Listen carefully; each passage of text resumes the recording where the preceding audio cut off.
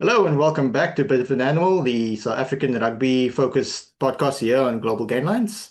We've got a lot to talk about this week. We've got almost a full panel. Unfortunately, Thembinkosi could not make it this evening. Recording on Thursday, the 21st of August. But we do have Jean and Lisa B. How are the both of you this evening? I am recovering from the weekend. I had it's probably the worst roller coaster weekend of my life, probably. But yeah, we'll get into all of that. All right. So before we start, like, subscribe, click the notification bell. If you do not click the notification bell, I'm inclined to believe you are David Campisi.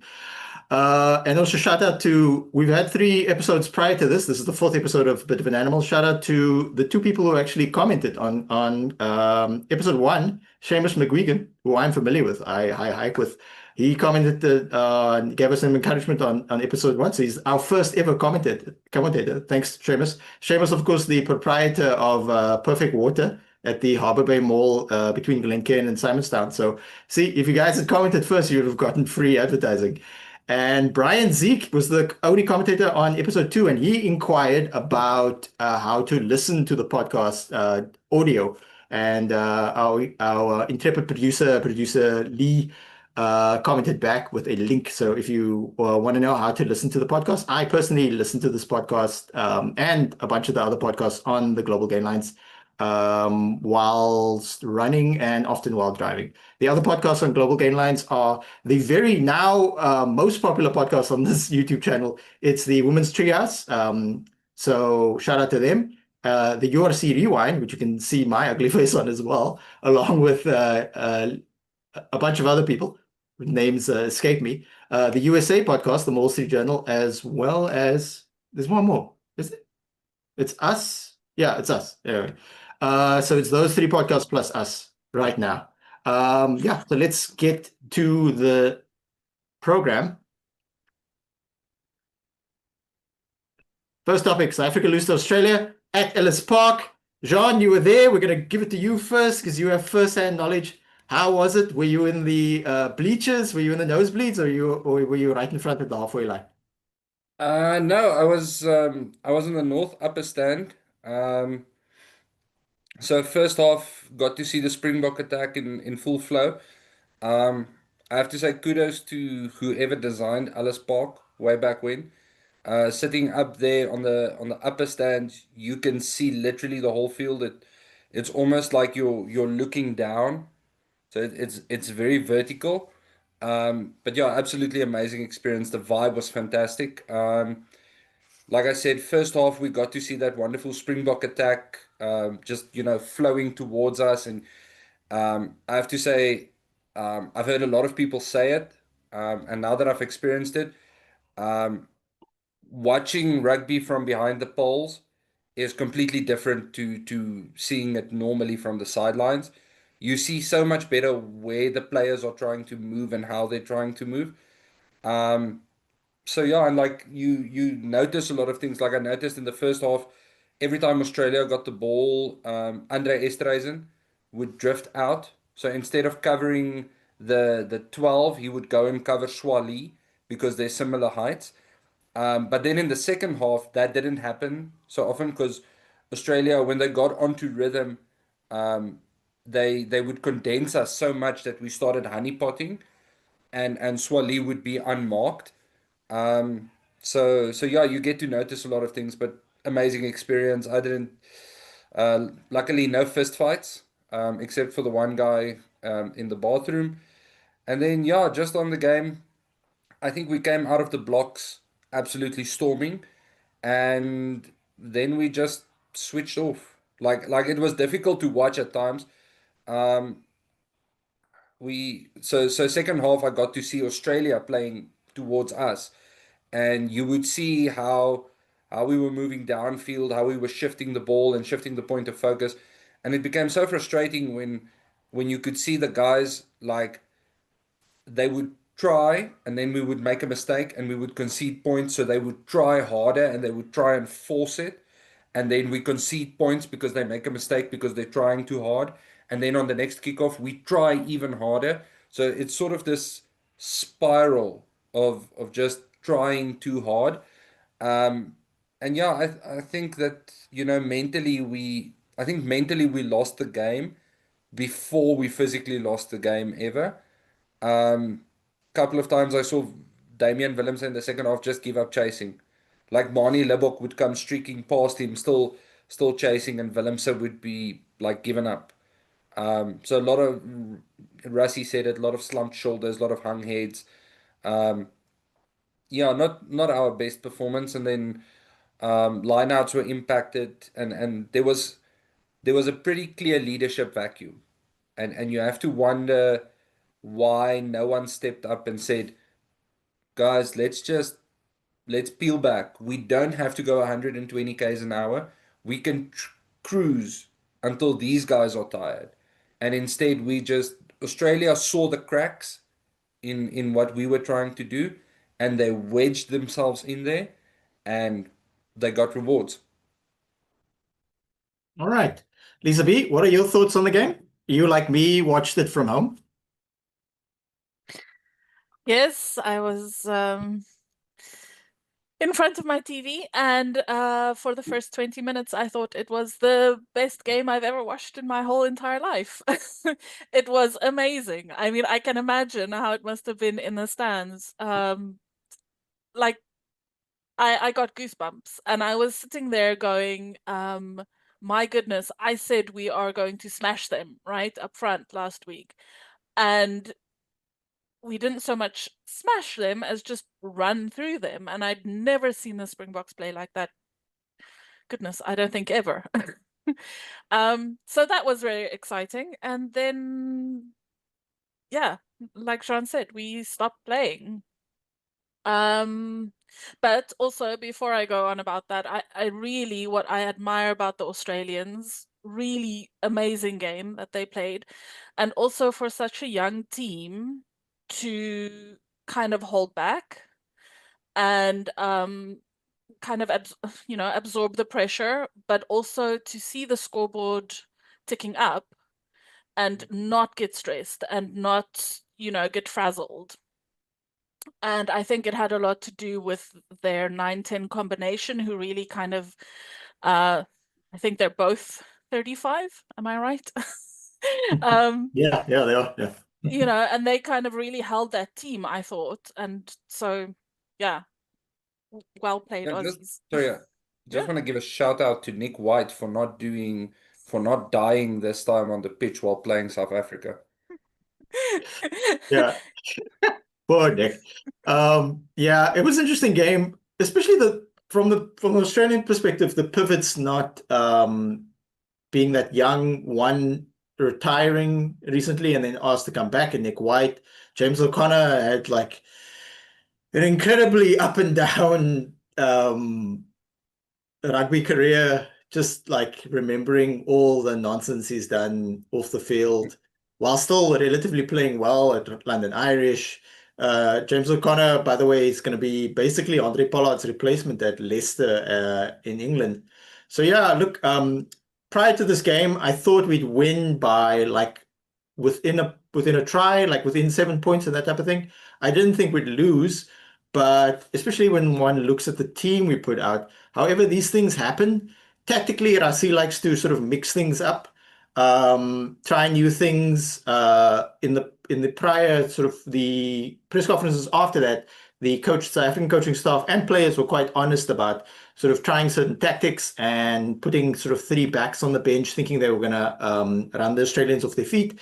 And I appreciate the humility of the South African team when they indicated that they got their tactics wrong and they lost the game. But personally, I'm not usually panicked about the whole situation because of the strong sort of foundational structures we have within South Africa. And then there's also like exterior reasons, like a numerous sort of vital players, not just in terms of playing ability, but leadership getting injured within a very short space in time. So yeah, I'm actually looking forward to the second test. And under Rassie Erasmus's tenure, especially since we won the first World Cup after winning two in a row, I tend not to panic because I've seen some really extreme panicking online. People need to calm down. Um, uh, because I understand that there's sort of a broader goal. There's a lot of things going on. We're trying to structure a team also to be competitive for Australian World Cup in Australian conditions at a particular time of year. So it's like we're serving mini masters. We're trying to win all our games, rotate players, keep people fresh, for example, we played Thomas Tank Toy in the four build-up tests to this game, and then he didn't play. Well, we didn't play him in all the games, but yeah, he didn't play in this game and a few games before this game. And Rassie was quite honest about the fact that he played a lot for Bath in England, and there are player resting protocols, and that's why. Because people obviously they didn't see Thomas in the team, they thought like, oh, did he get dropped? And then the coach is constantly having to explain, no, we're actually just trying to rotate the players in and out. So yeah, Lisa B, any thoughts on the Australian team in particular? Yeah, so I just really thought that they hung back really well and then, kept themselves. And it was actually quite amazing that they sensed when to switch. And that's where we were lacking. We just didn't switch at all. Where when the game kind of started to get away from us, we should have shut it down, gone back to old school, and just give ourselves some breathing room, which we didn't do, and they did the exact opposite, which I thought was really fantastic. And also, yeah, I can't say this too loudly, but I'm turning into a Jorgensen fan. I think he was fantastic. Really explosive speed and just, yeah. But that goes for the whole team, I think. Um, yeah, so that's that for the Aussies. The only other thing that I wanted to say about us is what Jean was saying about, not having that leadership stepping up and, getting the guys to do exactly that, to slow it down.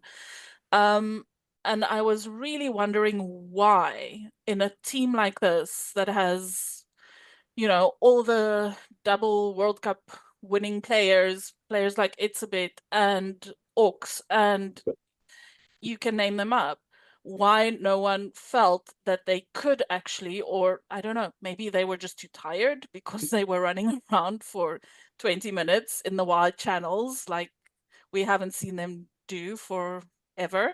Well, we've seen inklings of it, but you get my point.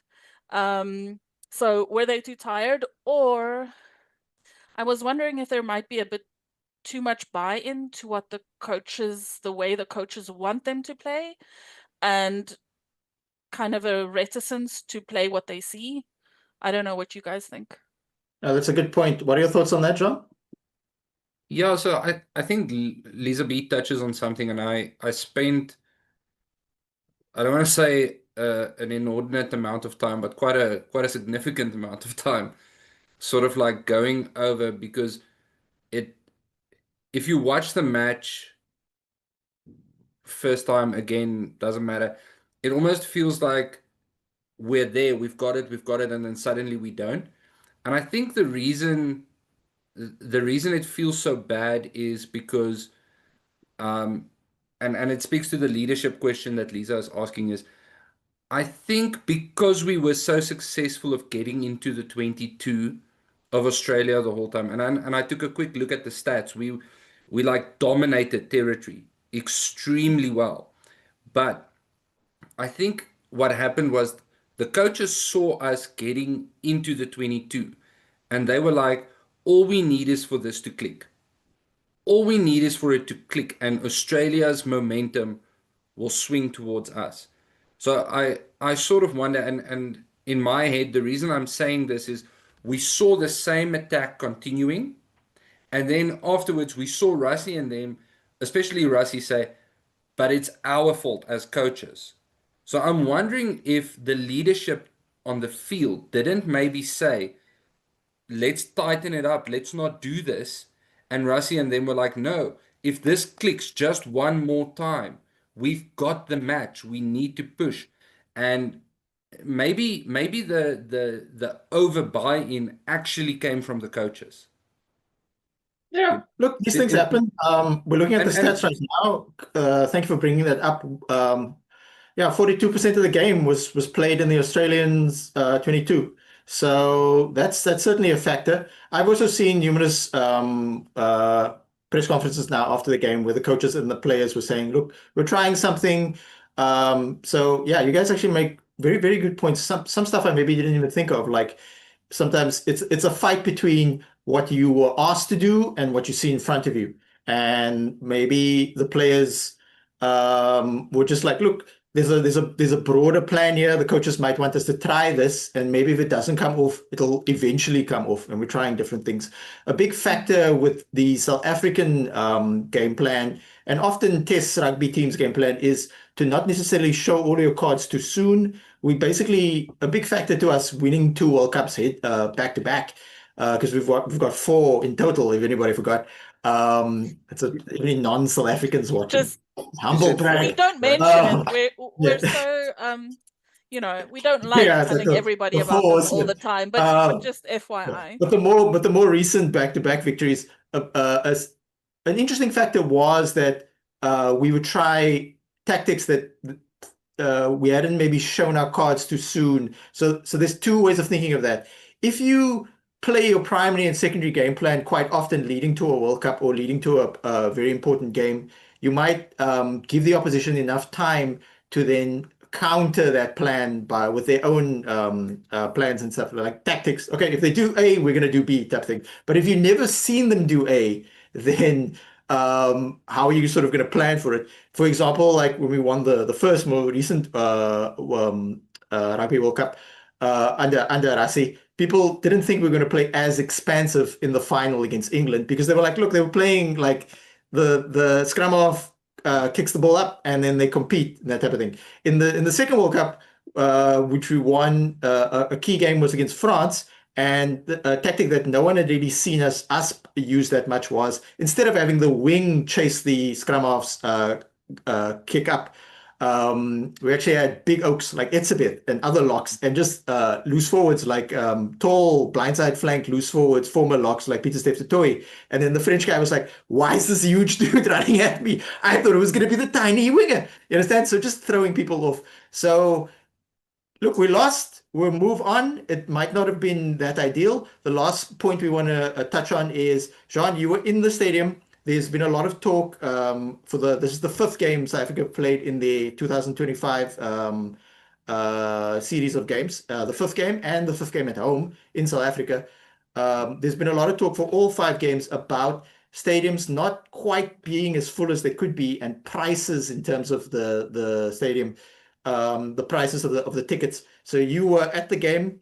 From my perspective, watching it, it didn't look too empty, but it didn't look too full. It wasn't like a Stormers game where it's like I've been at Stormers games where the atmosphere is great, and then you watch it on TV and it doesn't look as atmospheric, but because it's not that full. So Jean, your thoughts as somebody who's actually been at the stadium in terms of this whole ticket pricing question. Yeah, so look, I mean, initially I went with a big group of people on one of the social media platforms. I'm part of a group. And the majority of the group actually comes from your guys' valley up there, and they'd flown down and everything. I just sort of tagged along for the bus ride to the stadium and back. But yeah, look, just to give you an idea, they had worked on last year's prices when the same group had attended the game in Durban against Ireland, and their tickets had cost 750 Rand per person. And this year it cost 1,750 Rand per person. So that is a big increase. And you cannot tell me that Ellis Park and Kings Park are that different in terms of quality, especially not when I have to walk down 6 flights of stairs after having lost to some people from the upside down land. So yeah, look, I think in terms of that, I'm not sure where the decision was made. Yeah. I'll put my feelings on it like this. The Springboks are probably the most unifying symbol in this country. Mm. And gatekeeping it behind expensive ticket prices that will first line the pockets of sorry executives and then filter down to the players and franchises is not very Madiba. It's Yeah. really not very Madiba. It is not this. I don't feel it's right. I'm not saying Soru is not allowed to make money. They're not a charity organization. What I'm saying is take into account that 1,750 rand is a lot of money for a lot of people. Not for some people, for a lot of people. And your ticket prices, I think, should bear in mind that the majority of this country would love to go and visit a game if they could afford it. And yes, there were numerous seats open. I saw so from where I was sitting on my left hand side, what would be the east stand, the east upper stand.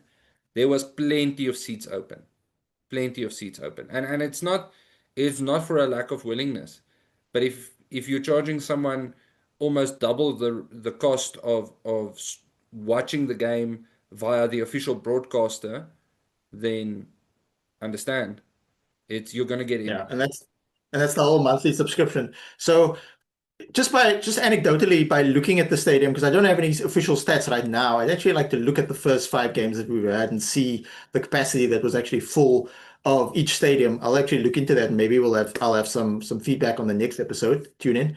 Yeah. Your anecdotally, when you looked around, would you say the stadium was like 80% full, 85% full, that type of thing? I know Saru came out and said that their aim point was 85% full. Mm, um I would say it's close to 90%, mm, like yeah, somewhere between 90 and 95% full.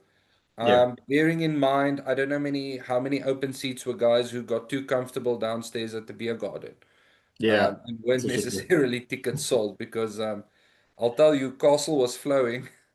But yeah, look, there was a lot of open seats, Mm. upper level, lower levels, and it's not lacquered to see that. Um, but yeah, such is the I nature think of there needs to be a balance. It's almost like just finding the right balance, and they've shifted a bit too much towards milking us.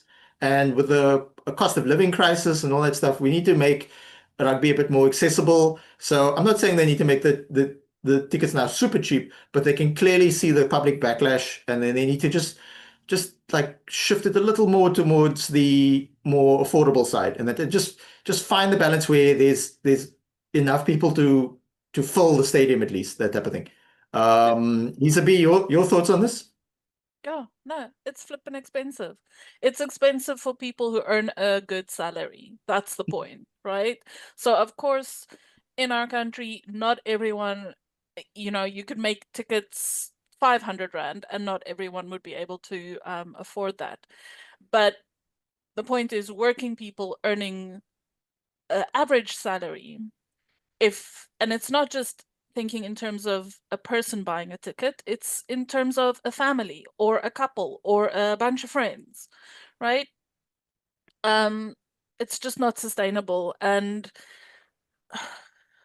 the thing that really didn't sit well with me is how Sora came out and said, well, we're looking at what tickets cost in the rest of the world. Well, that's great, but we don't live in the rest of the world. We live in South Africa. We have certain realities. And also what I always wonder about is the balance between cheap tickets and expensive tickets. And because the cheap tickets go so quickly anyways, but at least if you have a larger percentage or an adequate, whatever that is, percentage of cheap tickets, you can kind of spread it a bit more and you're not going to sit with empty seats. Because it doesn't look good for the team, it doesn't look good for South Africa, for the health of rugby, and it's also kind of a misrepresentation at the end of the day of rugby in South Africa. So, yeah, cheaper Yeah. tickets, please. Yeah, because obviously there's a massive demand. I was hoping to attend Springbok Open training this week. I wasn't sure where it was going to be. Unfortunately, my week was a little too full, so even if I had known, I wouldn't have been able to attend. I see years ago I attended Springbok Open training at Cape Town Stadium. That's where I met Opama Hoja, Warren Whiteley, Ibit Itzebeth was there. He didn't really interact with people. Brian Abana was still in the team. I had a long chat with Warren Whiteley that day, spoke to Opa Mawoja as well. I can't remember which other players I interacted with, but I saw a range of players. At the time, Warren Whiteley was still captain, so this is like years ago. Um, and that was Cape Town Stadium. It was very well organized. Not as many people as because it's in Cape Town Stadium is sort of in Greenpoint. That's more difficult to access to the degree that I was fortunate enough to take the day off work and drive to the stadium. You had to get the tickets for free at Checkers. You just had to ask the tickets. The tickets were free, and you could only get two tickets at the time. So what was also interesting about that is that uh, then on the way out, I had spoken to somebody, and then I just happened to ask him, sort of like, where did you come from? And then he was like, explain to me what suburb he was from. And then I was like, oh, so how are you getting home? And he was like, oh, I was going to take the train. So I was like, okay, I can't, because we're in the different directions, I can't give you a lift home, but I can, yeah, give you a lift to the train station. And then he was like, cool. So I would have thought like maybe there was 2,000 people there, but in this week, there was open training in Belhar, which is a very sort of working class suburb. And the whole stadium was full. The stadium can hold 5,000 people. The whole stadium was full and the surrounding area. So they are estimating that there was more than 5,000 people there. Why? Because the stadium that was at in the immediate surroundings, it's not Greenpoint. It's like a working class neighborhood. Like there are roads where people live in the immediate surroundings, and everybody just came out, school kids and everything like that. So if you look at those images, those are very encouraging. So yeah, obviously how many people would have loved to have gone to the Saturday's game? I'm not going to the Saturday's game. Lisa B, are you going to the Saturday's game at Cape Town Stadium? You're not going to the Saturday's game. So we'll see what the capacity is for that as well. Like when you go to any game, Stormers game, Sharks game, whatever, you know, just factor in the ticket price. You generally go with somebody. Like the last time I went to the Stormers game, I went with two of my neighbors. There's the price of fuel to get there. There's the price of parking. There's the price of concessions, i.e., food within the stadium can be relatively expensive. Although I will shout out Majid's Foods in Cape Town Stadium. Their food is quite affordable and good quality. So these are all things Saru really needs to factor in. Yes, we've got a successful brand here, but you cannot milk us. All right. Now we move on to quickly look at the other result. Very late in the evening, I think everybody was asleep after we lost. Argentina pretty much got run over in Argentina by New Zealand. New Zealand look really good. They look really focused. This is the second year under Old Razor. So I don't know if they win the rugby championship, if he's going to breakdance or not. I think he said he's only going to breakdance if they win the World Cup. So we need to stop that. Jean, your thoughts on New Zealand running over Argentina? Yeah, look, I think Argentina is sort of the opposite of most teams, in that they tour really well, but they struggle at home. And I think it's because of they play overseas so much that when I don't know, maybe when they're home, it's a struggle for them to contain emotions, and to focus as much. But it's a trend. I won't say it's a major trend, but it's something I've noticed is they tend to perform when they play away, when they're isolated, when they're alone against the crowd, sort of like how we as Springboks and Springbok fans like to prefer, being the underdog, and with our backs to the wall, they sort of do the same. If they're traveling, they tend to perform better. But yeah, like New Zealand, I think handled the game very, very well in a very settled way. They came out, they played hard and fast, and when nothing was on, they just calmed. They played until something opened up, which is, you could say, the opposite of what we did, coming out trying to finish the game in 20 minutes. New Zealand they had their finger on the pulse, and they were playing tight when it needed to be tight, and they played wide when the opportunity was there. So yeah, I don't think it was necessarily a bad performance by Argentina. I just think New Zealand were really on the money on the day. I know there's both teams have walked away with some injuries. So it's never lacquer to see that. Same with Dylan Pitch and his broken jaw. Um, but yeah, I just think New Zealand was so on the money on the day, and it sort of almost gave you that flashback to when they were so dominant, where they would just be on the pulse of the game, and they would ride the game so well. If they knew you were up and you were ready to beat them out wide, they would just play tight and wait for you to make a mistake. And yeah, I think second year under Razor, this is the type of improvement that you'd expect. We'll see. I don't know. New Zealand and Australia, I think those are going to be the exciting test matches. I'm really hoping for Australia to get a finger on that cup. Lisa B, your thoughts on New Zealand? Well, Argentina versus New Zealand. I always have to mention the home team first. Yeah. I hope the cup you meaning is the Bledisloe and not the actual. Yeah. So yeah, it would be great. I mean, honestly. But getting back to the game, that's exactly right. And it's exactly the opposite of what we did. New Zealand kept to their DNA. They looked like the typical New Zealand team. And I think that's, yeah, if you think about last year's TRC, where they kind of went away from that, or just maybe there was a bit too much confusion or new things coming in. It's great. Well, I don't know if it's great to see, but they did manage to get back to that. And Argentina is like my second team. I absolutely love them. So it is so frustrating. And last year also, I think we saw them break away from that inconsistency. So I'm a bit disappointed that they had a rocky start, but I'm hoping that they can get back to the to the flashes of light that we saw last year and to continue that more consistently. Great. You mentioned the consistency there, and I recently listened to an interview of Montoya, and where he was being interviewed, and they asked him about, last year Argentina being so consistent, and they came out this year, first game. I mean, he had played 2 weekends before his final club game. They had literally a week to prepare, and then it was a game against the Lions, and they won.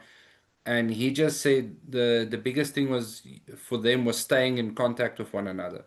Doesn't matter where they are playing, whether they're playing in Argentina, the UK, France, down under, Japan.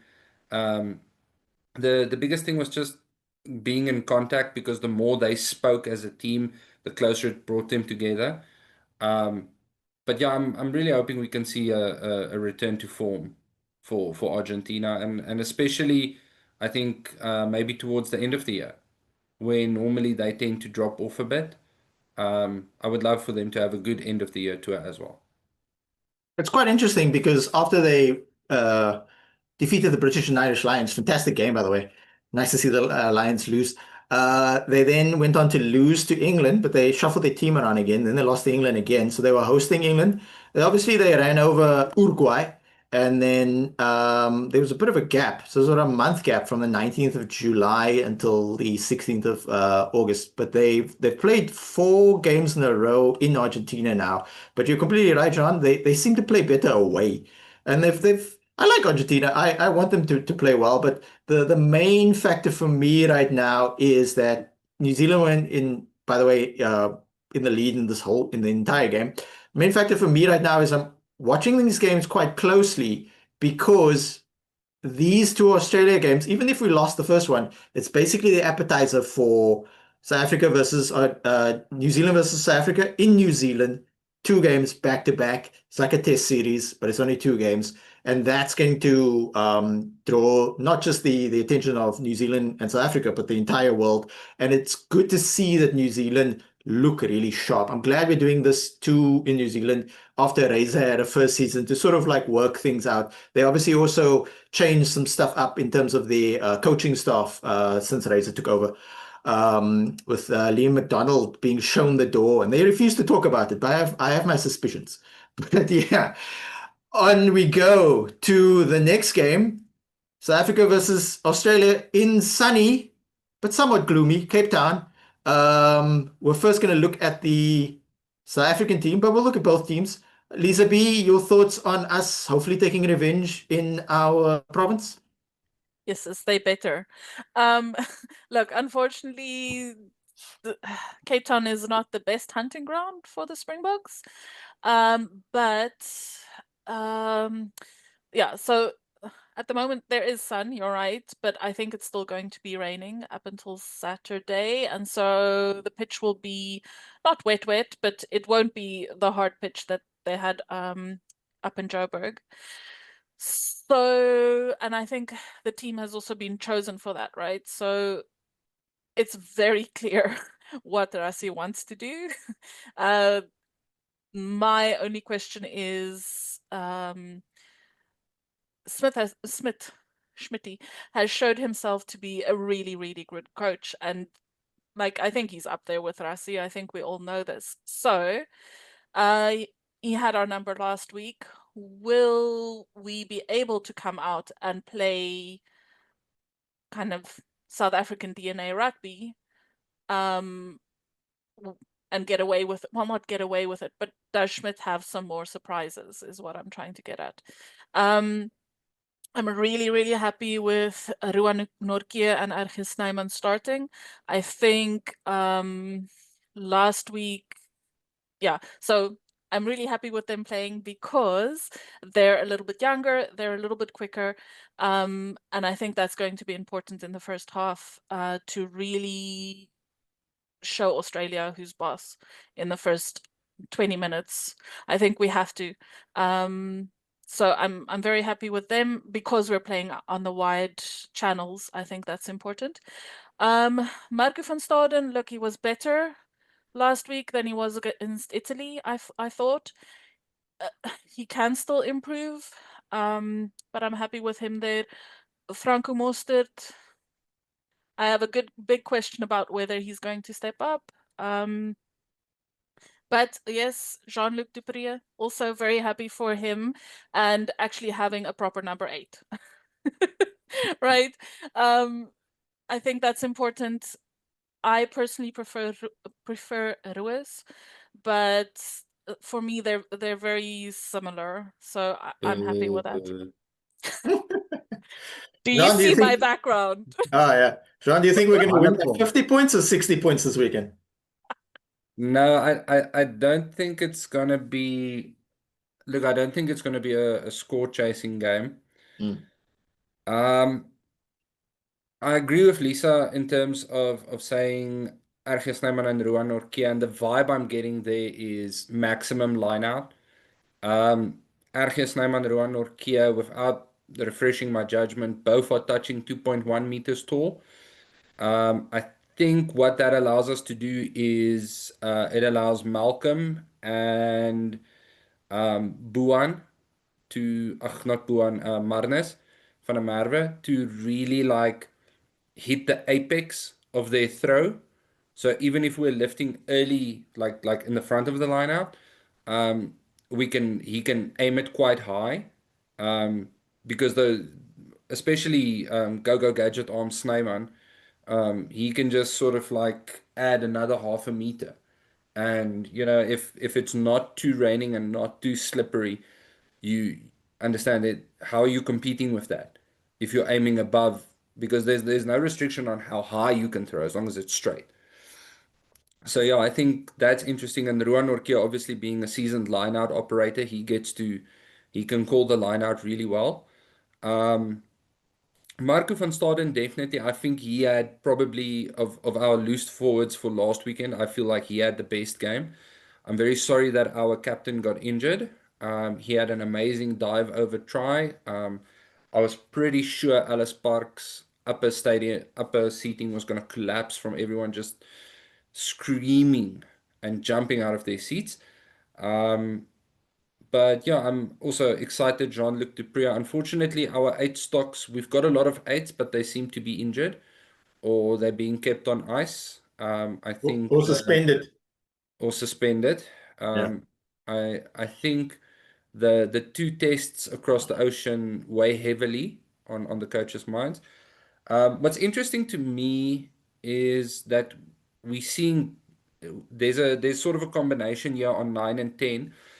Grant Williams being fast, young and fast. I'm not calling Pollard old, but Grant being sort of the younger, explosive player, paired with Andre, the sort of calm, collected, always switched on, always ready. Let's just operate. It will come.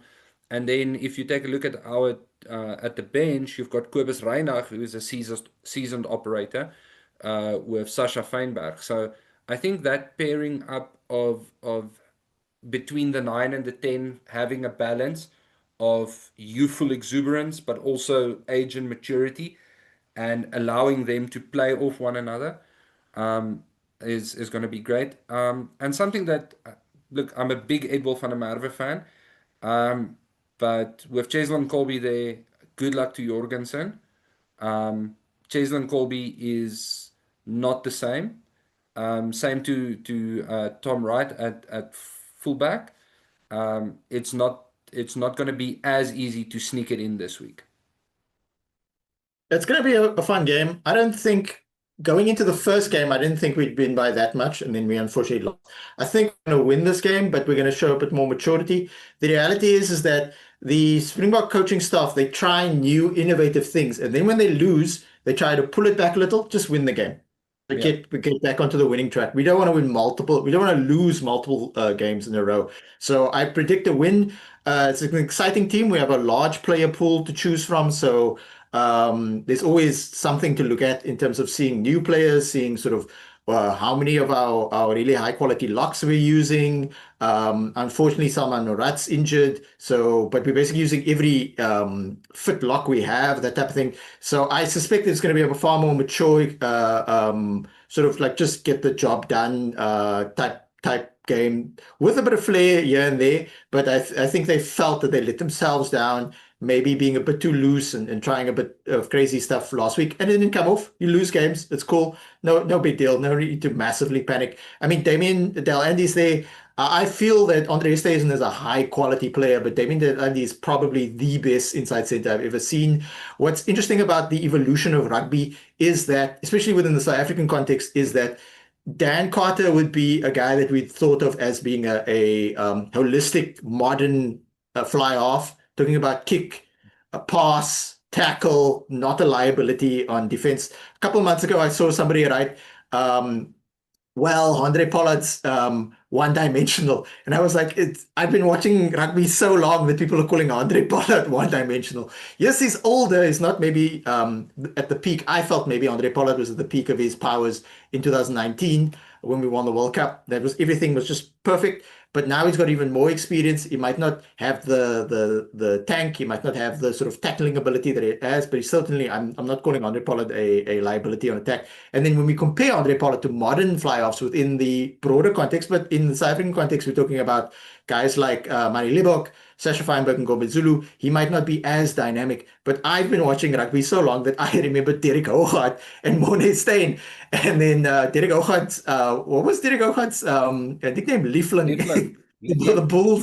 The Bulls guys always getting a nickname. So those guys were good for their time, but those are like more what I would thought of as one-dimensional scrum offs, fly offs, that type of thing. So yeah, good point, by the way, in terms of youth and experience. I didn't actually think of that, Jean, in terms of like the pivot position. The eighth man position we've got to talk about. Lots of conjecture. Some people I've spoken to have sort of alluded to the fact that they have some inside info about why Evan Roos isn't in the team and not. I need to touch base on that. I've been on the URC podcast, the URC Rewind podcast on this Global Gain Lines YouTube channel. Like and subscribe, saying that I personally would like to stay away from the sort of message board and social media conjecture that people are talking about. Like they heard from their aunt that Evan Ross's dad is a little overbearing, and that's why he's not being picked at test level. I think Evan Ross is a good player. He played rugby at youth level and high school level in Western Cape. He went immediately from there to the Sharks youth team.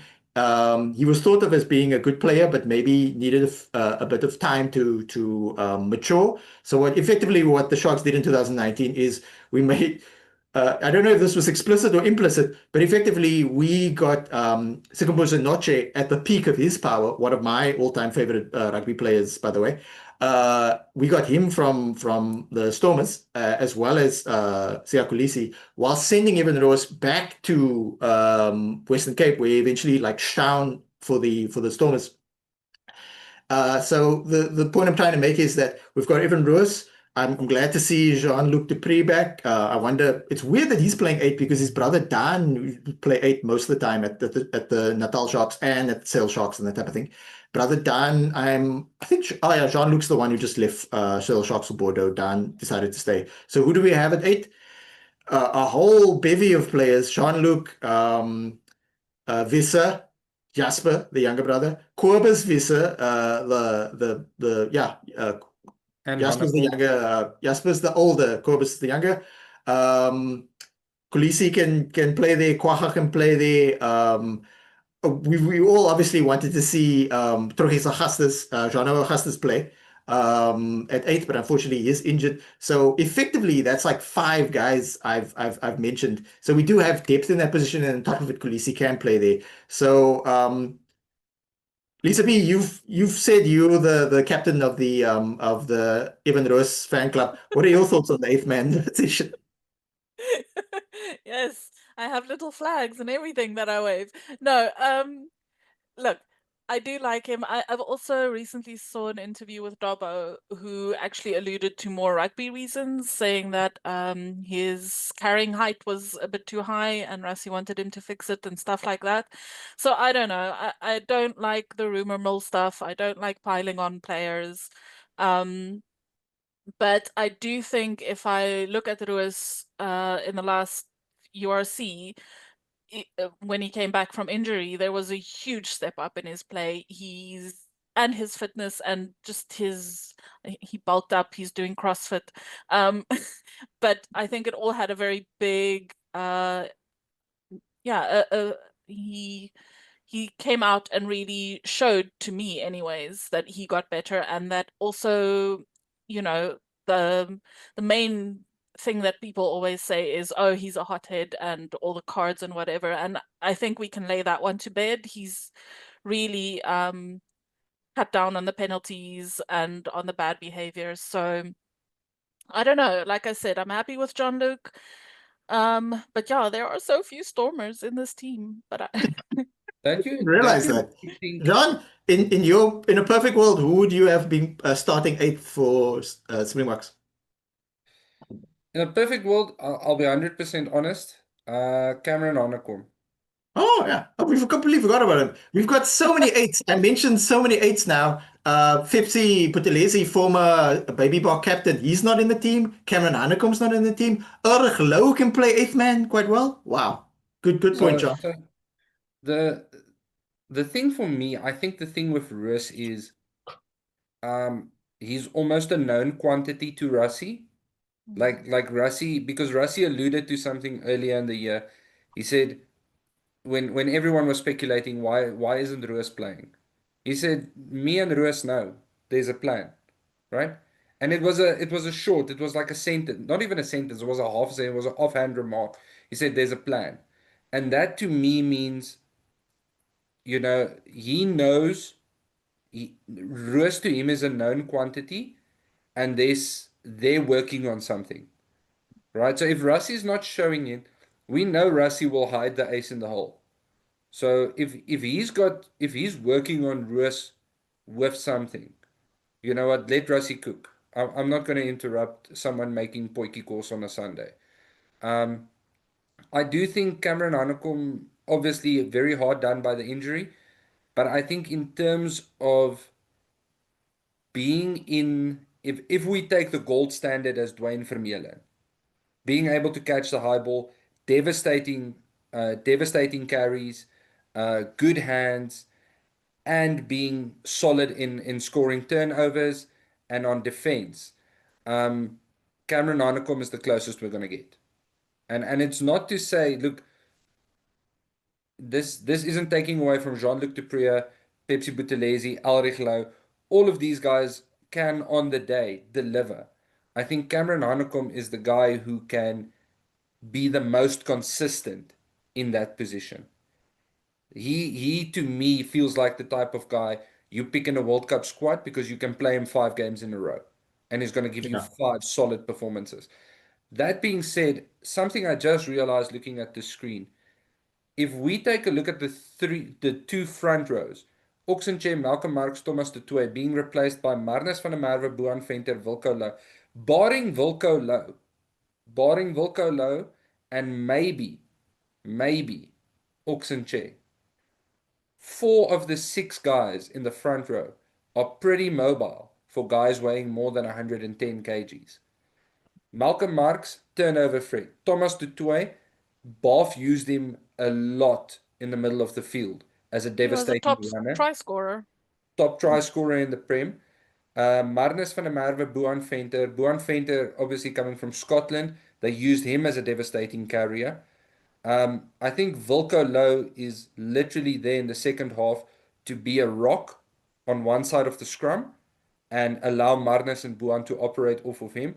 But then you've got Eben and Luet to sort of back that up as well and provide stability. But then again, you take a look at Eben and Luet. Eben is such a versatile athlete. He's always shifting around the field. So it comes across the longer you look at this team, this is a workhorse team. This is a 90-minute team. And I think where last week we started at 120 and we ran out, next week, this Saturday, we're going to start at 80% and we're going to keep at 80% no matter what. And it's going to be the question of, can you keep up with our 80% for 80 minutes? Gonna be an exciting game. Okay, so the final thought on this is Jean mentioned Duane Vermualan. Duane Vermualan is the gold standard of eights. And what's interesting is that Pierce Spiss is a very good rugby player. He didn't quite work out as in terms of test rugby as he did. He won quite a lot with the Bulls at the slightly lower level, still quite a high level, Super Rugby level. I think he won some Currie Cups with them as well, but he might have not been in the Currie Cup squad. He might have been with the Springboks. But the long and the short of it is that when Pierce Spiss and Vermeulen were sort of in the mix to be the starting 8 for South Africa, people thought at the time, because this is like early sports science thing, that Pierce Spiss looks like an athlete, and Duane Vermeulen, when you'd see him in training with his shirt off, he looks less conditioned. But Duane Vermeulen showed that in sports science, there's a difference between having a gym body and having a rugby body. And Duane Vermeulen was so durable that Pierce Spiss was tearing his hamstring every 2 weeks or so, maybe 3 weeks. But Duane Vermeulen, like, he proved so many people wrong that people were like, no, he's going to be like in the shadow of Pierce Spiss because Pierce Spiss looks like a fitness model. But Duane Vermeulen showed that like he legitimately had such a long, if you look at his Wikipedia, had such a long career. He only retired recently, and he was like the perfect eighth man. And he started. I remember this guy playing getting his debut alongside Heinrich Brousseau. Shout out to Heinrich Brousseau in the Cheetahs team. And he was just thought of as a possibly good player, and he's one of the best players of South Africa ever. So shout out to Duane Vermeulen. We've got a lot more to talk about. Let's move swiftly on. We're not really going to look at the Australian team. Quickly, we're going to touch on the fact that it's this Saturday against Australia. Then there's 1 week where there is no Springbok rugby, so that gives everybody a chance to do other things other than braai. And then we've got the next weekend. It's New Zealand versus South Africa in New Zealand, and the kickoff is 9:05. So that's just a brief look forward to that.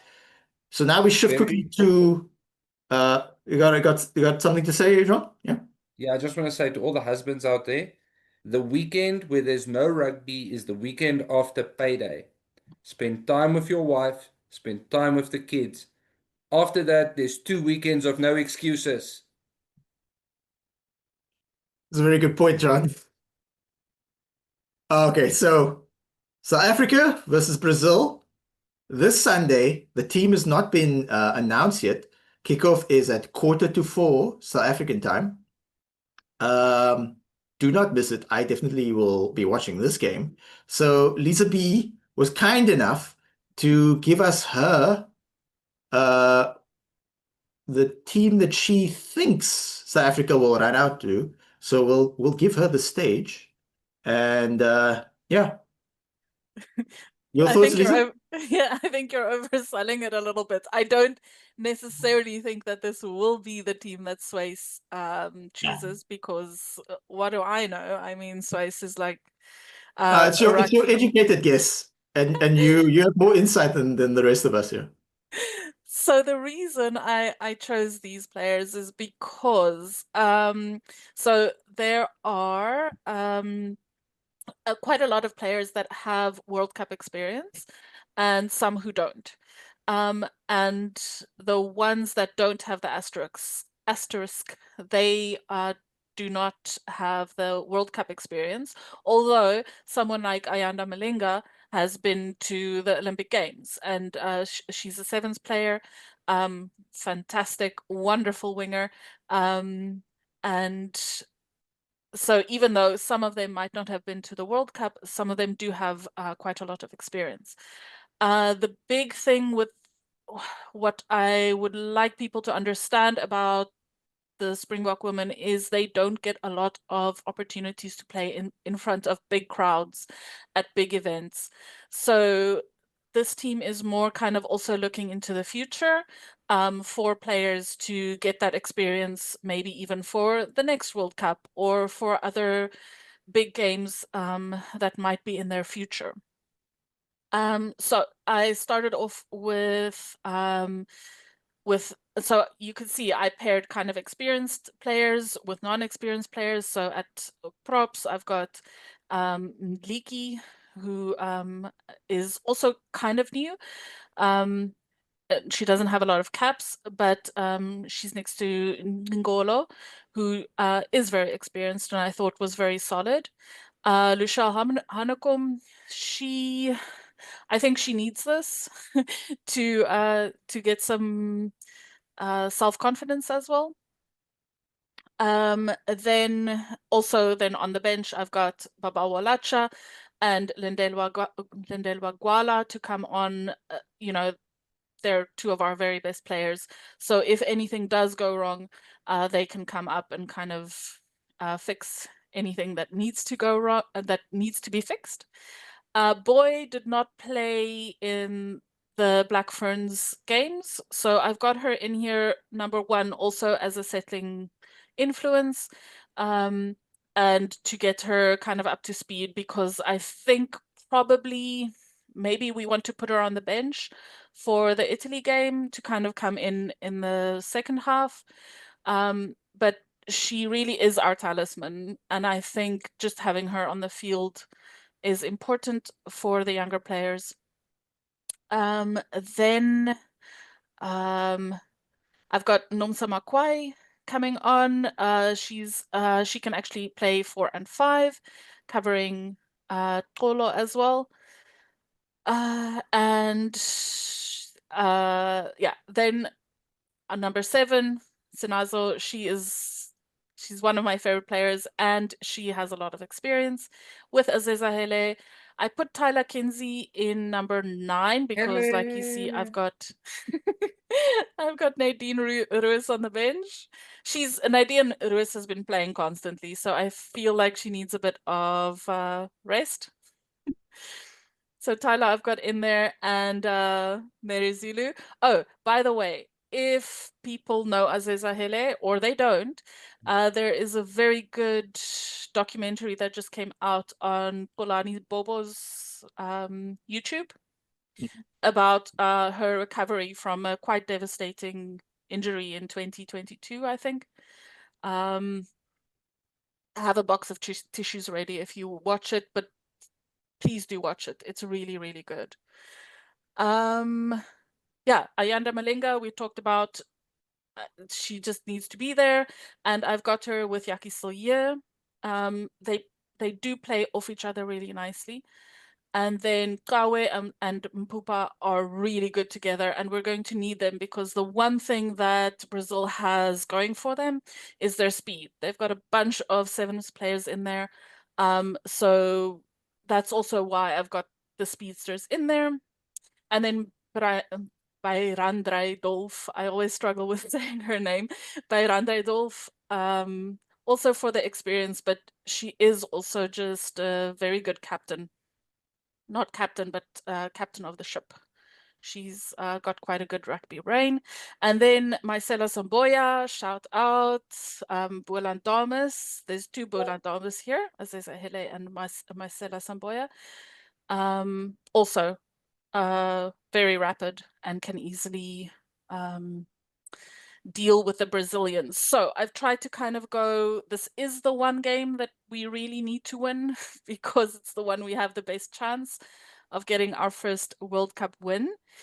But also, you know, there's no point in taking the younger women there and not playing them. So I don't know when else they will have the opportunity. So that was your approach, because coaches need to sort of decide in these three group games. So your approach was a little more sort of use the broader squad with enough quality to still win the game, and then sort of build towards the slightly tougher games coming afterwards. Okay, Jean, Yeah. your thoughts on this game on pivotal game on Sunday? Yeah, look, I agree with Lisa B. If you're looking at tournament dynamics, if you know a game is a can win, instead of a must win, then you obviously want to win it. Look, the conspiracy hat guys will tell you Rassie has always planned to lose a game at a World Cup. I don't think he's ever planned it. I think he's made peace with it. It's very difficult to win 7 games on the trot. So yeah, look, I don't think any coach, any organization goes into a game saying we can afford to lose this. You never know what happens in tournament dynamics. So definitely, but looking at the squad, you've got such versatile players here. I mean, Nadine Riss, you can plug at 9, 10, 15, 14. I think she plays best at 9 for me. She's got incredible vision. She's got pace, and she's got maybe not the best pass in being a 9, but she's got a good enough pass where it puts the receiving player in good space. So the receiving player is really in a good space. They get to make some meters, and especially if you've got guys like ladies, sorry, like Nolesindi Soboy, Aseza Hele, you know, some of the stronger ladies there to carry into those tight channels. Having someone who can just give a proper pass is already a massive step up. And then yeah, I'm excited for this game. I'm definitely going to make time and watch it. And I'm really rooting for the women. I want us to not only get our first World Cup win, but if we can, maybe if possible, and I believe it's possible for them, get out of the group stages. Like, please, Yeah. we can do Yeah. it, ladies. I'm so stoked, but I also the one thing that I do just have to say, and I have to tell myself this all the time, we have to have realistic expectations. We have to realize that, look, this team has only really started moving in the right direction in the last 2 years.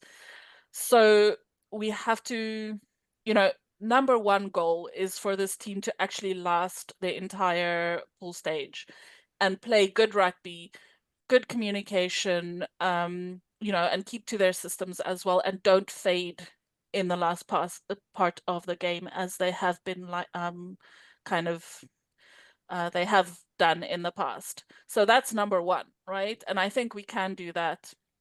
Number two is win Brazil, get our first World Cup win. That will be huge. But already there, I think we're looking at a successful World Cup campaign. It would be fantastic if we could beat Italy. I agree with Jean, it's possible, but I don't want people to get their hopes too high and then if it doesn't come off, do the normal South African thing of going, oh, they suck, you know? So that's my one little caveat. That's actually an Reckless important hope. point to touch on because we tend to do that. And you see it in other sporting codes as well. People are so defeatist and or black and white that this isn't binary. There's a lot of nuance going into this tournament. So, but yeah, South African rugby supporters aren't the most insightful at times. You were saying, Jean? Oh, sorry. Yeah. No, I just wanted to say like reckless hope. That's all we have is reckless hope. Screw it, we're making it out of the pool stages. I love that. And then we'll play probably against New Zealand. Great. Yeah. It's a And then what long-standing happens? rivalry. Yeah. We deserve to win one. Yeah. The next point of call. Usually I use the Rugby 365 website for this, but theirs is down right now for the Currie Cup interface. So we'll look at the results of this past weekend. It started this past Friday, where the Sharks C team plus under 20s put up somewhat of a fight against Griquas. However, they came up short, especially since the Griquas had a very good bench. So the Sharks had a very youthful bench, and so once it was bench versus bench, Griquas pulled away. Well done to Griquas. Can I look at some stats here? I wonder. Nope. Okay, that's that result. Pumas versus Lions. Pumas versus Lions, the cat fight. Our Lions correspondent Timby Kosi is not here this week. I did watch this game. Fantastic, very close. Lions basically won it at the death. Jean, did you get a chance to look at this game? No, my Saturday was all Ellis Park. Sorry, guys. Ah, yeah, you were away from home. And Lisa B, did you have a look at this game? I was Pumas. watching the VP kids lose, Ah, but it was the exact same time, yeah. Yeah.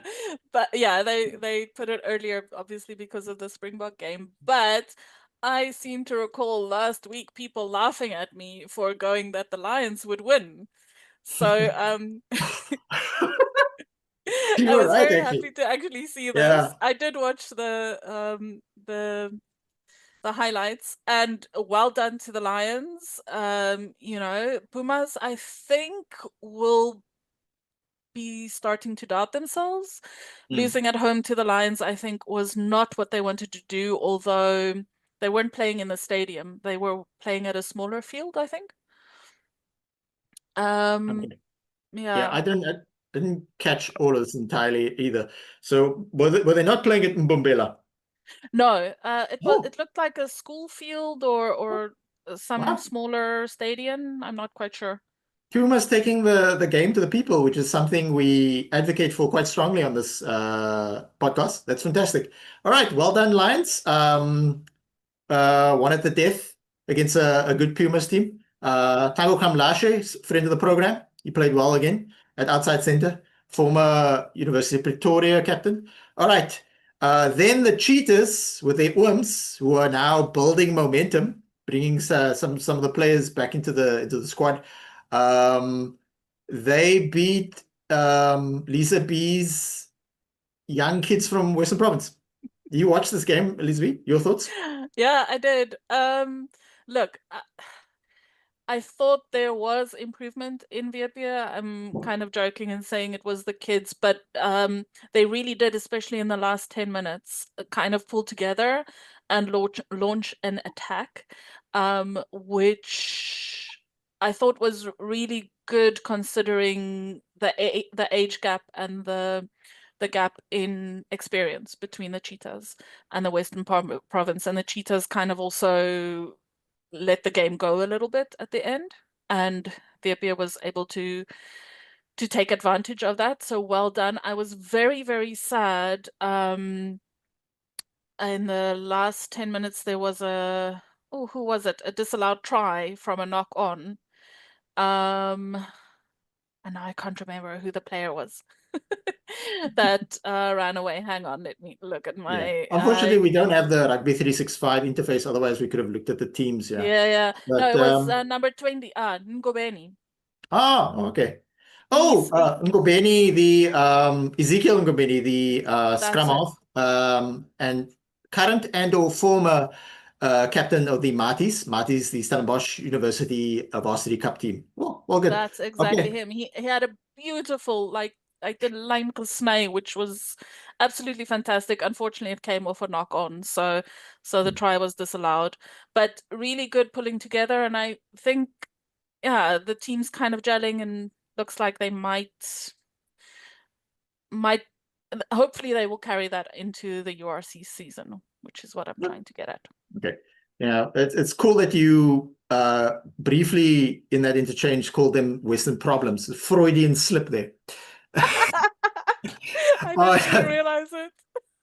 okay, so on to Sunday. Elizabeth's primary team, Boland Cavaliers, continue to confound the critics, winning another game at home. They've won all their games at home. They only lost in the first 4 rounds. They only lost one game away to Griquas on a Friday afternoon in Kimberley. Uh, it leads me to think because remember you only get 7 games in the round robin. That means you either get a 4-3 split of home and away, that type of thing, or a 3-4 split. And Born Cavaliers actually have only 3 home games, and this was their last home game. So that means they have 3 away games coming up next. We'll look at the upcoming fixtures soon. So it leads me to believe what could Borland Cavaliers have done had they had 4 home games. So Borland Cavaliers own basically 75% are owned by the people who also own the Bulls. So Jean's cousins, therefore, and There was oh, a bit of it was Patrice Motsepe versus Patrice Motsepe. It was Johan Rupert versus Johan Rupert. And yeah, the Bulls, I had a look at the squad, by the way. The Bulls put out again a very much youthful team. So the Bulls starting this Currie Cup season, pretty much the URC fringe team, and then the URC fringe team again, and then more of the young guys because of the stomach bug that went through the team, and then they just for whatever reason they probably know they went again with a very youthful bench. In fact, this team in Poland was slightly less than the team they played the previous week. So this game was on Sunday. You obviously watched it. What are your thoughts? Yes, it was wonderful. Last week I called them the Cavaliers of Chaos. This week I would like to call them Cavaliers Giant Slayers. I just thought they were not perfect. Lots and lots of mistakes in the first half. Also trying to take on the Bulls in the scrum, which I don't think is a good idea. And also not setting their mauls well, but just before the halftime, they scored that maul try, and I think that really changed the energy in the team. Also, just so that we are clear, there is a person with a World Cup winning medal in the Bulls team that played, Marvin Ori, and some pretty good players, Zuckerberger, Chamberlain, who just got signed overseas. So I don't think, and Yankee, who did really, really well, I thought. So it Yeah, wasn't, it was still a very strong Bulls team. yeah. And my understanding is that I think even Rugby 365 picked the Bulls to win. But the problem with the Currie Cup is that if you try and show up with front row forwards like the Western Province and Sharks have been trying to do that are 22 or younger, you're going to get eaten alive. So even if these 22-year-olds are baby box and that type of thing, like the Stormers have the tight head prop, I can never pronounce his name properly, was the baby box captain last season. A year ago, he was the baby box Norton. captain, and he's getting his ass handed to him, but he's a young guy. So if he's watching this, it sort of is what it is. We're not casting dispersions onto your ability. We're just saying you're going up against worms. So yeah, I think you make a good point there. I don't want to make it seem like it's the Bulls who lost. It was actually the Boland who won. Another Yeah, but interesting thing is also, that the start of the yeah. Boland games they have, similar to Crusaders in New Zealand, they have a guy on a horse. It's Cavaliers, that type of thing. So that's so cool. Another reason to go to Wellington next season. And we sold out. The stadium was sold out. I wanted to go. I had to sort of some things out. On Friday, when I wanted to buy tickets, they were sold out. Mm. So, but yeah, just the vibe and awesome. And yes, it's the big thing of die perd op die veld. It's a really kind of a legendary thing in the Boerland. So it was awesome to see. And yeah, I'm not trying to overhype the Boerland, but I thought they played really well. They are up against the Pumas with a 4-day turnaround, and they had to travel to Nelspruit. So I'm worried about tomorrow's game, Friday's game. I don't know if we will be able to do it. We also don't travel very well, but we'll see. But yeah, we'll be optimistic about it. We'll take a quick look at the log. So from bottom thing, Sharks and Western Province youth teams are just playing for Spek and Bunchies. Although the Sharks did say that from the next week onwards, not tomorrow's, from rounds 6 and 7, they'll start bringing in the guys who were in the URC training squad so that they can basically use it as a preseason, the last 2 games of the season. So maybe we win those games, maybe we don't. They are at home. And yeah, and then we'll have sort of a 2-week break until the URC starts, and we start the URC with a away tour, 4-game away tour, or 3-game away tour. I tend to forget. After that, Bulls not completely out of the running on 10 points. Pumas, Griquas 13, 15 points respectively. Golden Lions and Griquas on the same amount of points. Cheetahs, who lost their first game of the season to the Boland Cavaliers, but everybody loses in Wellington, are top of the log right now. So what I'm trying to get to here is extremely close top 6. And the fight for the 4 playoff places is going to be very interesting. Quickly, Elizabeth, your thoughts? Yeah, dude, I'm hoping for a top 4 of non-URC teams. Imagine that. Imagine semifinals between Cheetahs, Cavaliers, Griquas, and Pumas. But yeah, this is awesome. I love that the Currie Cup is so exciting and vibrant and actually pulling lots of eyeballs and attention. And this is more what needs to happen in local rugby. Jean, do you feel like with 3 games to go, you guys will still win the whole tournament?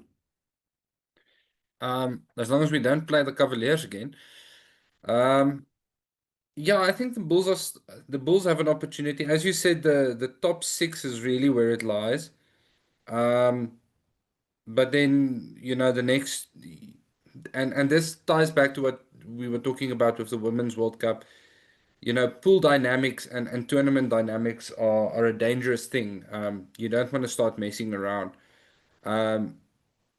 The Bulls can realistically, with 3 games to go, afford to lose maybe 1 more, but then you need to have 2 fantastic games in order to make up the points difference. So yeah, and I would just say, look, try and grind out 3 wins in a row now to secure your place. I think the Bulls can do it. The problem is a lot of other teams have in different ways shown how to beat this Bulls team. The Cavaliers on the weekend had an extremely aggressive defense. They were like sand getting in between the Bulls players. It would look like the Bulls are going forward, but then they tended to get isolated. The ruck would become messy. Their play would slow down. Suddenly, front football isn't so much front football anymore. And then the Pumas, with just not giving them breathing space. Because once they got over the line, they just didn't let up. They just kept pounding them back. So there's multiple ways. Like I said, 2 teams have shown how to kill the Bulls. I don't like it. I don't like it at all. But the truth is out there for everyone. So I'm hoping the Bulls can pull it together and focus. We do feel for them with the stomach bug and everything. But being Business Daddy's favorite team, they need to earn their money. Yeah. Interesting, exciting season ahead. All right, so we quickly move on to this Friday. There's 2 games, one at 5 o'clock and one at 7:10. So Pumas, Boland Cavaliers. I'm going for Pumas. Lisa B, who do you got? I'm No, and Oh, this is a sore subject for you. it is. Look, I said there's problems. 4 days is very short for travel and to recuperate. My head says Pumas, but screw it. Cavaliers. Cavaliers by 10 or 1. I don't care. Cavaliers. Great. John, if your life depended on it, Pumas or Cavaliers? Yeah, I think both teams carrying a bit of momentum.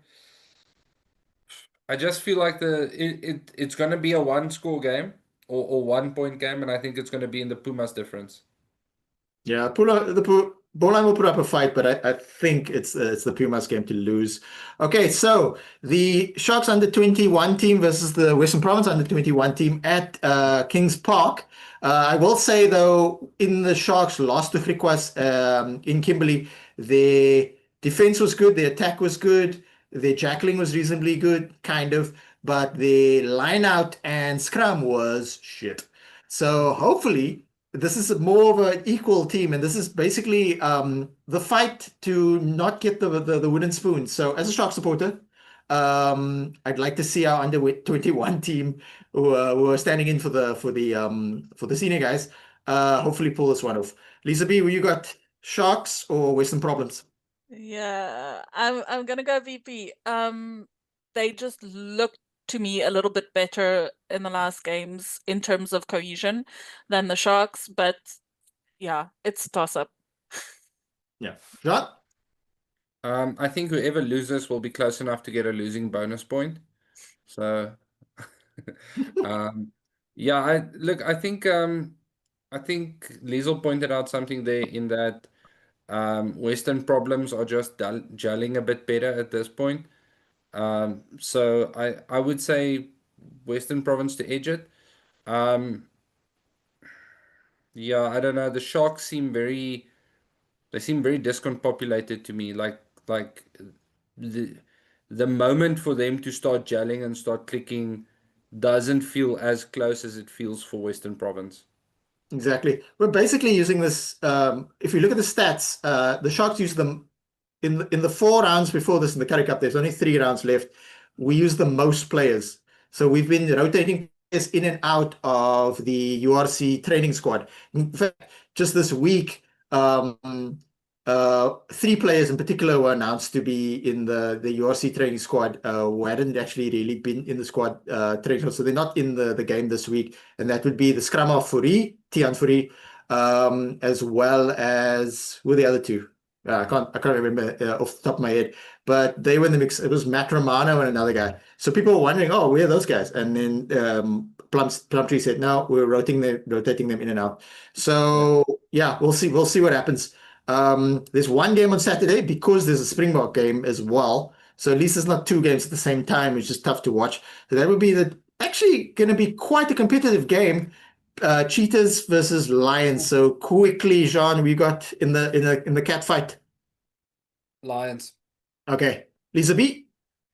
Lions too, but I don't know if I can watch it. There's so much World Cup rugby and Springbok rugby and Currie Cup. It's terrible. Million eyes. You'll just watch the replay or the extended highlights. Yeah, I think it's tough to call. Cheetahs at home, but Lions have a better team. I'll just go Cheetahs just because, like, give Bloom some happiness. And then finally, the last game of the week, uh, Bulls versus Griquas. I think it's all depending on which team the Bulls put out. Griquas are playing because they don't have a massive squad, so they're playing pretty consistent team. I'd like the underdog to win, but I probably think the Bulls are going to win. Okay, of course, we don't know the squads right now on Thursday night. We do know the squads for the first 2 games, so we're going to quickly browse through those. So, Lisa B, Bulls request? Uh, where's Grizzlies Rugby Club? I see they're playing there. I'm gonna go Griquas. Honestly, I don't know if the Bulls can pull back, but what do I know? Yeah, this is ad on the side here. John, quickly. Reckless Hope Bulls return to Oh, yeah, form. it's your team. All right. If we briefly look at the two, because the game's are Friday, we can see the teams. So, interesting Ross Brody's in the mix. He's been playing consistently. Friend of the program, Sango Kamlasha is playing tomorrow, Friday. It's pretty much, Jean actually touched on this a few weeks ago that this tournament, because there are no bye weeks, it's 7 weeks in a row, it's 9 weeks in a row if you make the final. This is going to test the Pumas' depth. And as somebody who hasn't watched the Pumas play much in the SA Cup, I'm seeing some sort of names that I haven't seen before. So maybe these guys will step up, maybe they don't, but we'll see how Jimmy Stonehouse sort of uses his quality. For all we know, players that we're not super familiar with, we're going to get to know because the Pumas are having no choice but to rotate the players. Borland, Lisa B, is this pretty much your best possible team? It doesn't seem like much rotation. Yeah, look, we had some also the injury to Gift Lamini. He broke his leg, so that's why you see Thurlow Marsh there again, which I'm not mad about. The one person coming back is James Tedder. He would have played last week, but picked up a niggle just before the game, so I'm very happy to have him back because he is just awesome. Duane Klaasen, yeah, this is pretty much what we can play at this stage. We don't have the depth that other teams have, but yeah. No, you don't have the depth yet. Soon you'll be in Super Rugby. Johan is working on it. So yeah, guys that I would pick out would be the inside center, Lunathi Ele. Someone actually, I was at a club rugby game the other day, and somebody was talking to me about him. So he's got quite an impact. I think, yeah, he was also a CPUT standout player in the Varsity Shield. Who else? Schroeder's back. That's good. James Tedder put in a solid shift. Guys who you might be familiar with would be Sipu Sangweni. He used to play for the Lions. Yuri van Vuren, his name is familiar. I've shouted at Dejan van der Westhuizen before, former Southern Kings player. Yeah, good luck to the Amir Hendricks is doing some impact off the bench at lock. Recently returned from Georgia. We look quickly at the Sharks team. So the Sharks team, I'm obviously the Sharks supporter, so I have a little more insight into this. They continue to sort of rotate in youth and experience. So they haven't gone full youth. It's very much 35% experience, or sorry, it's 40% experience, 60% youth, and to win, you really want a balance of the other way around. You want more, maybe 70% experience, 30% youth. But we've chosen not to be highly competitive in the Currie Cup to sort of balance the books, maybe. So, guys, you might want to look at it. Obviously, be on the wing. So Butler, he got man of the match in the previous game, but he didn't play the more recent game in Griquas. Jaco Williams is back, but he's now at wing. For some reason, Jaco Williams is at wing and at. So this is Rugby 365. You guys made a mistake. You're all human.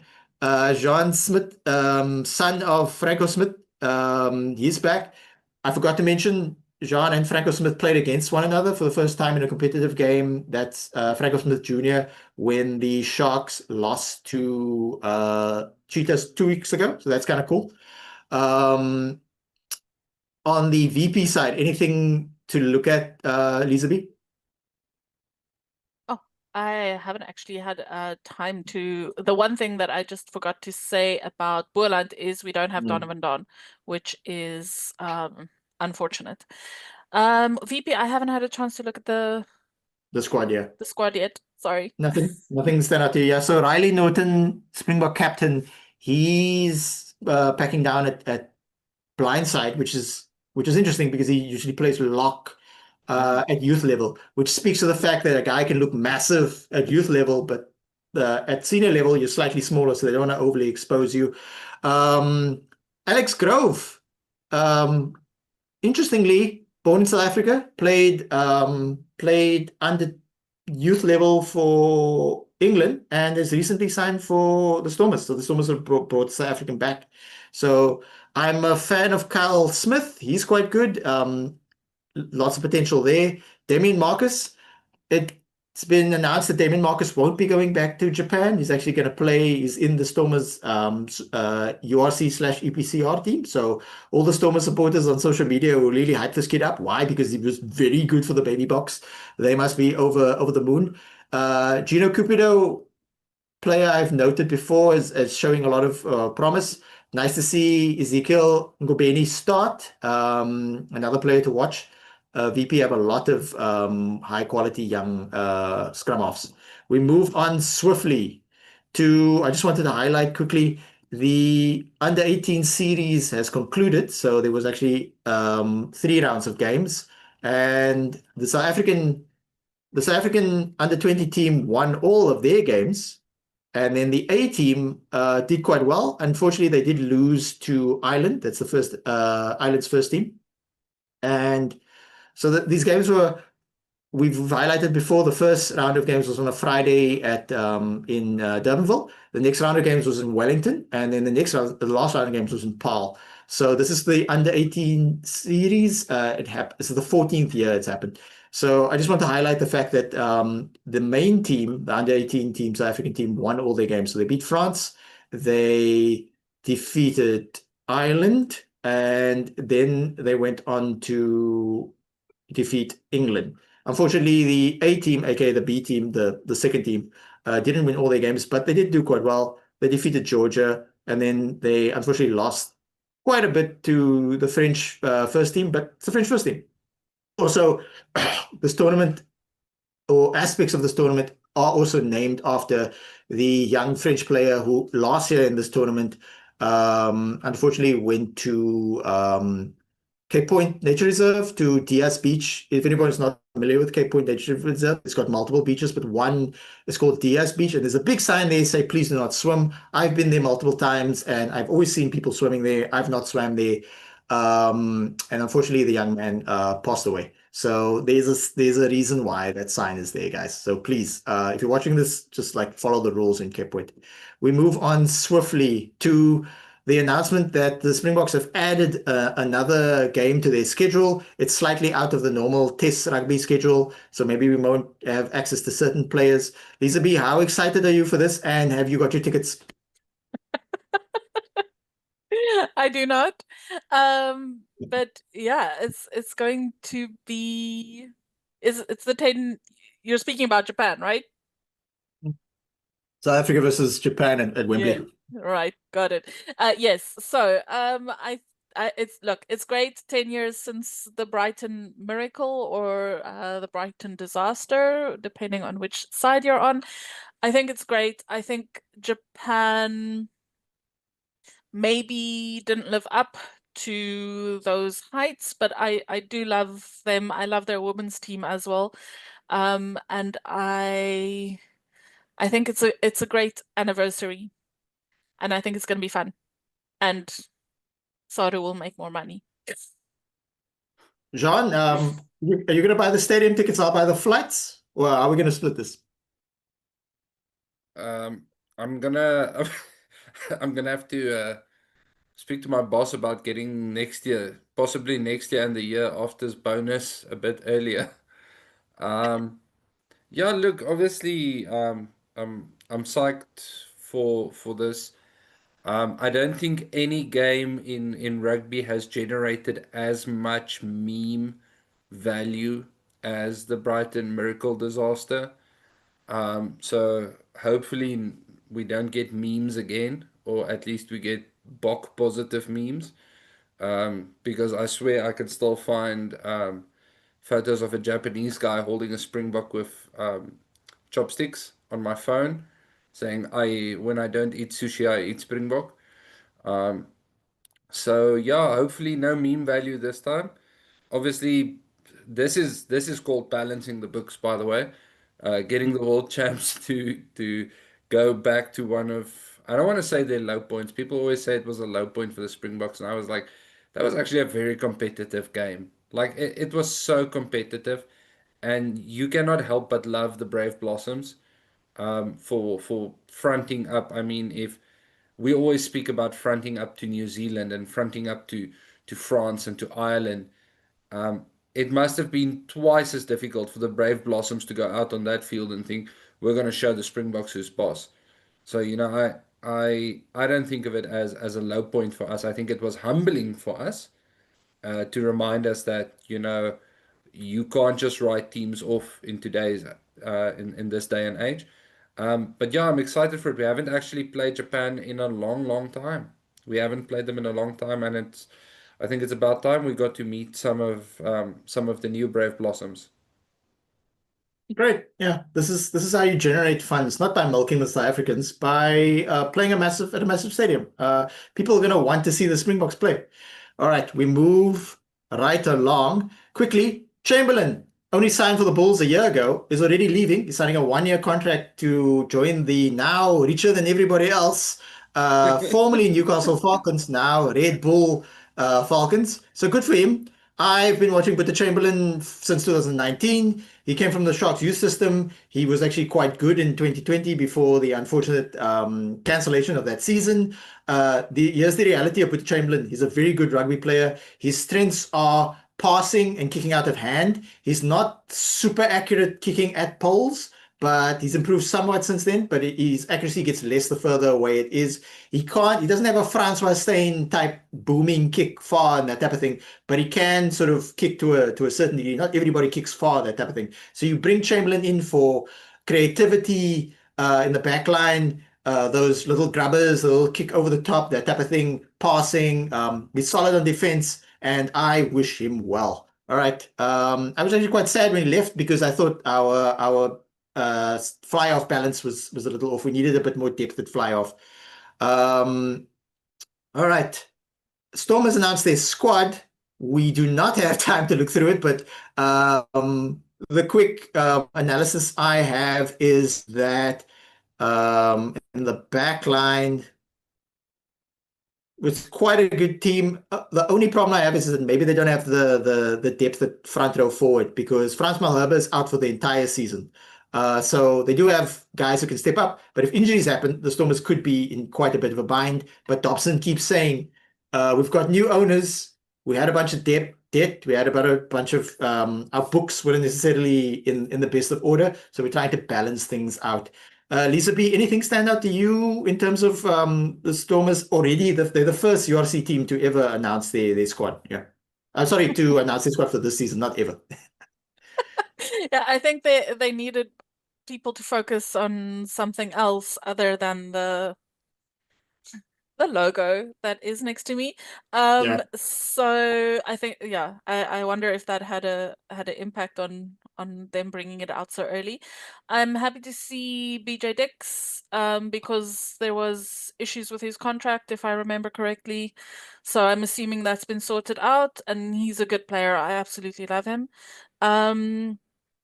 And then, yeah, it's a very big group, obviously, so I'm not going to go through everything, but really like to see the under-20s here. My question is just how much is Dobbo going to play them? Because this is the thing we do. We have all of this young talent and we just don't play them. If we don't play them, they're not going to reach their potential and they're going to get irritated and leave. Especially because we don't have the funds that everybody else has. So yeah, like you said, so we have at least 3 that for the forwards that are out with injury for extended times, Duane and Frans Malherbe, and then also Salman Murat. I'm not quite sure how long his injury will last, but just to say that obviously has an impact. They can be on the squad, but they might not play at all or very little in the coming. It's a bit concerning because they have very exciting players in that backline list of players, but do they have the forwards to actually front up? And as we know, the rugby analogy is the forwards decide who wins and the backs decide by how much. All right. That concludes our podcast for today. Yeah, if you got to the end of the video, thank you. Thank you for watching. Like, subscribe, click the notification bell. And if you did get to the end, comment down below, Kim Shelele. All right. I hope Robin Marau is not upset with me for saying that. Also, if somebody has a better idea of the women's team than I do, please Yes. also drop it in and let us know. Yeah. Lisa B, one final thought. I don't support the Stormers, but I have no problem with the new logo. What are your thoughts on the new logo? Oh, Look, I mean, the whole of Cape Town had a collective breakdown, right? And I think the whole of the country, and there were so many memes and stuff going around. I don't hate it. I don't think it's the best thing in the world. I would have liked to see the the lightning Thunderbolt. bolt, Yeah, maybe lightning a bit bolt. of red, because without the DHL logo, it's just like a white thing, I like that it kind of looks like the stadium. I love our stadium. It's beautiful. Um was it worth the money? Like, I would have preferred another signing, or there's a lot other things that we can use the money on, honestly, but it's there. And it's not the worst. People were losing their minds. I don't think it's the worst thing. It could have been way worse. Jean, do you have an opinion on this? Graphic design is my passion. Yeah, look, I think now that everyone's got the memes and stuff out of their system, underwhelming, maybe. I can't really comment. We're called the Bulls, but we're sporting a daisy. So whatever that means. Yeah, I think it's everyone's got the memes out of their system. For me, the most exciting thing about the Stormers this season is actually Kobus Reinach. I'm so happy to have him to have him back. I think the maturity he's going to bring into the back line is going to be the biggest gain for the team. At times, the Stormers have felt like almost like the Springboks felt on Saturday, trying too hard just to create something when nothing's happening. And I think having a nine who's just sort of spent countless hours in France box kicking and running into solid walls just to say no, no, no, not yet. Okay, now you can try something would be massive. Because that's something I think we need to realize is nines have a lot more control over the game than they did 5 years ago, 10 years ago. So yeah, that's the most exciting thing for me, coming from the Flower Boys up north. Yeah, All right. and Yeah. also, sorry, comments, people who hate this logo, tell us why. What exactly Yeah, is wrong with it? exactly. Good point. On that note, from myself, Lisa B and Jean, until next week, in Rassie, we trust. Cheers, everyone. Bye.